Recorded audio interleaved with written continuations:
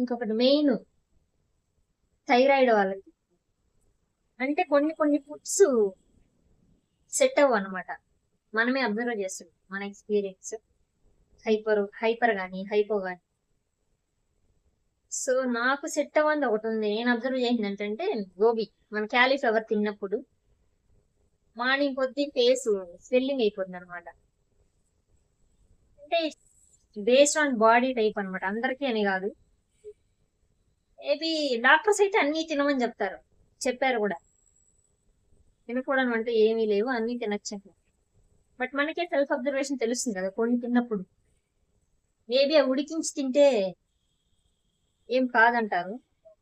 But ఈ గోబీలు అవి ఇవి ఫ్రై చేసి అవి ఇవి వేసి ఇచ్చేసి తినేస్తాం కదా. సో అలా మనకి సెట్ గానే కొన్ని అవాయిడ్ చేస్తే బెటర్. కానీ అంతే, మనుషులం కదా, ఒక్కోసారి కన్సిస్టెన్సీగా ఉండలేం. That's the problem.